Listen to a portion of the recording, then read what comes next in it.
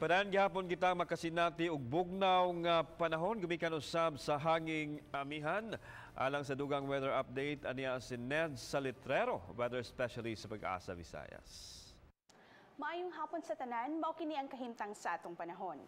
Ang amihan o northeast monsoon ang padayon na nakaapekto sa atong nasod, nga mo'y nagdala sa bugnaw nga panahon diri sa ato ang probinsya.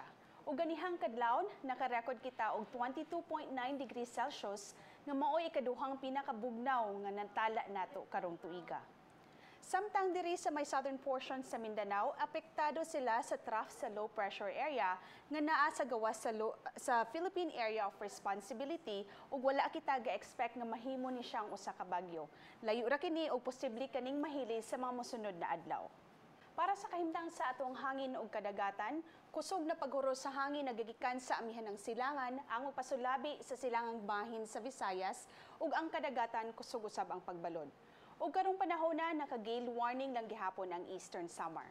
Samtang ang Central ug Western Visayas makasinati lang gihapon og kasarangan ngadto kusog na paghuro sa hangin ug ang kadagatan kasarangan ngadto may pagkabaluron. Ug para sa atong temperature forecast, ubos gihapon ang atong temperatura ug diri sa Metro Cebu mag-range lang gihapon ta og 24 to 30 degrees Celsius, sa Bohol 25 to 29 degrees Celsius, samtang diri sa Iloilo ug Bacolod ug San Carlos City 25 to 30 degrees Celsius. Diri sa may Eastern Visayas, ang Eastern Samar 24 to 29 degrees Celsius, sa Southern Leyte 23 to 29 degrees Celsius ug 23 to 30 degrees Celsius sa Tacloban City. Ang adlaw musilang ugma sa alas 6:07 sa buntag. Para sa dugang na detalye, bisita ang ato ang social media accounts sa Twitter, Facebook ug YouTube ug adtua sa nga amo ang website sa bagong.pagasa.dost.gov.ph.